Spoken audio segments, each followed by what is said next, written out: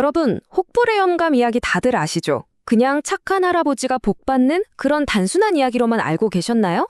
사실 이 옛날 이야기 속에는요, 우리의 약점이 어떻게 가장 큰 무기가 될 수 있는지, 또 선한 의도와 탐욕이 얼마나 다른 결과를 낳는지 정말 놀라운 통찰이 숨어 있거든요.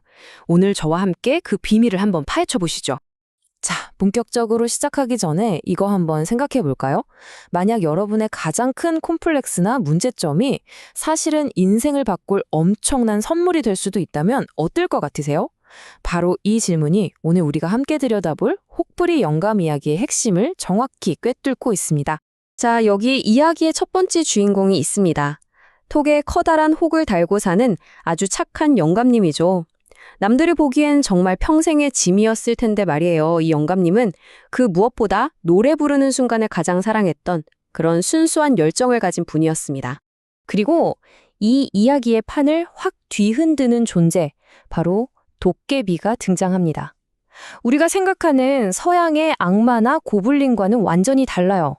무섭다기보다는 음악을 사랑하고 장난을 좋아하고 또 어떨 땐 좀 순진해서 인간에게 속아 넘어가기도 하는 정말 매력 넘치는 존재들이죠. 자, 그럼 이제부터 이 착한 영감님의 순수한 노래가 과연 어떤 엄청난 행운을 가져오는지 이야기의 첫 번째 막으로 들어가 보겠습니다. 비가 막 쏟아지던 밤이었어요.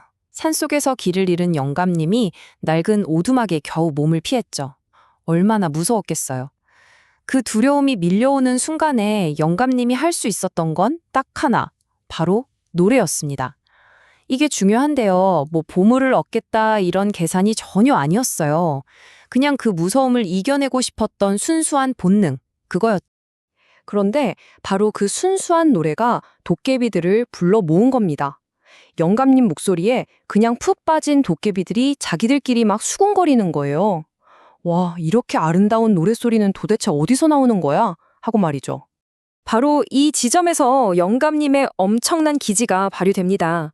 눈앞에 도깨비들이 떡 나타났는데 당황하지 않고 자신의 가장 큰 약점이었던 혹을 딱 가리키면서 이게 바로 노래주머니라고 말해버리죠. 와, 평생의 콤플렉스가 한순간에 아주 특별한 능력으로 바뀌는 정말 극적인 순간입니다. 근데 더 놀라운 건 이 순진한 도깨비들이 그 말을 그냥 철석같이 믿어버린다는 거예요. 그러더니 자기들 보물이랑 영감님 노랫주머니랑 바꾸자는 거죠.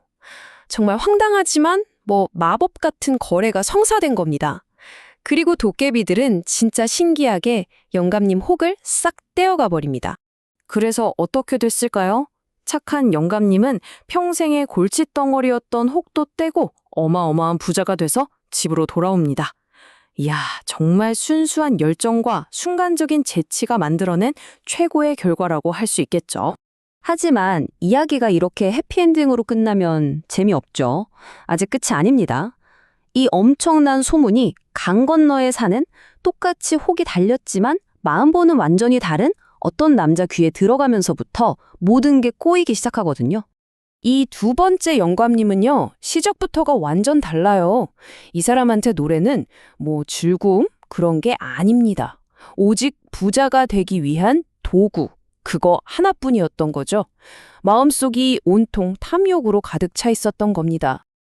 그러니까 착한 영감님이 했던 행동을 그냥 그대로 복사 붙여넣기 하는 거예요.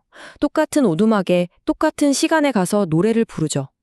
근데 겉으로 하는 행동은 같았을지 몰라도 그 노래에 담긴 마음은 완전히 달랐겠죠?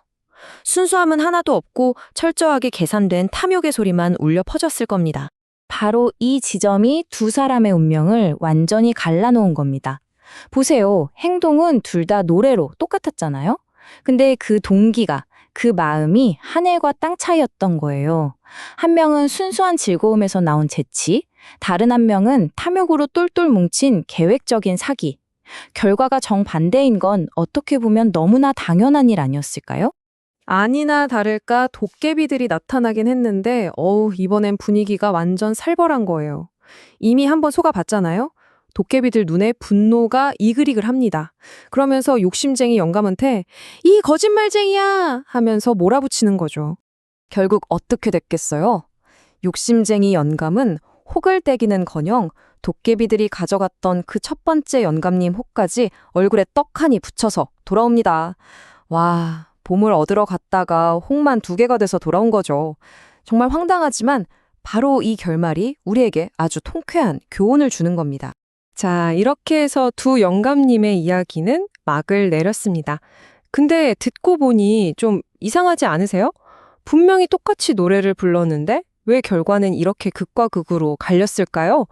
지금부터 이 단순해 보이는 이야기 속에 어떤 깊은 뜻이 숨어 있는지 한번 제대로 파헤쳐 보겠습니다. 다시 한번 정리해 볼게요. 두 사람 다 오두막에서 노래를 불렀다. 행동은 똑같았어요. 근데 도대체 왜 한 명은 복을 받고 다른 한 명은 벌을 받게 됐을까요? 그 이유가 뭘까요? 그 해답을 찾을 수 있는 열쇠가 바로 이 3가지 키워드 안에 있습니다. 첫째, 권선징악. 둘째, 도깨비의 본성. 그리고 마지막으로 해악. 이 3가지만 딱 이해하면 모든 의문이 풀립니다.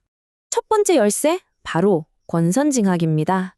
다들 아시겠지만 착한 일은 권하고 나쁜 일은 벌한다는 뜻이죠. 이게 우리 옛날 이야기의 거의 공식 같은 거잖아요. 순수한 마음은 보상을 받고 탐욕은 벌을 받는다는 아주 명확한 메시지를 던져주는 겁니다. 두 번째는요, 도깨비라는 존재가 아주 독특하다는 점이에요. 그냥 나쁘기만 한 괴물이 절대 아니라는 거죠. 장난기도 많고 음악도 좋아해서 순진하게 속아 넘어가기도 하지만 동시에 불이나 탐욕 같은 건 절대로 용납하지 않는 일종의 심판관 같은 역할도 하는 거예요. 이런 이중적인 면이 이 이야기를 더 재미있게 만들어주는 거죠. 그리고 마지막 열쇠는 바로 해악, 우리식의 유머 감각입니다. 생각해보세요. 혹을 노래 주머니라고 속이는 기발함. 또 혹대러 갔다가 하나 더 붙이고 오는 그 황당한 결말. 이 이야기는 막 심각하게 교훈을 주입하는 게 아니라 이런 웃음을 통해서 교훈을 더 오래, 더 재미있게 기억하게 만드는 한국적인 지혜가 담겨 있어요. 결국 이 모든 걸 종합해보면 핵심은 하나입니다. 이 이야기는 우리한테 무엇을 했냐가 아니라 왜 했냐를 묻고 있는 거예요. 겉으로 드러난 행동이 아니라 그 행동 뒤에 숨어 있는 마음, 바로 의도가 모든 걸 결정한 거죠. 순수한 즐거움은 보상을 받았고 더러운 탐욕은 벌을 받은 겁니다.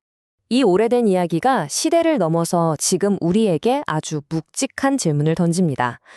우리가 지금 보물이라고 생각하면서 필사적으로 쫓고 있는 것들 있잖아요.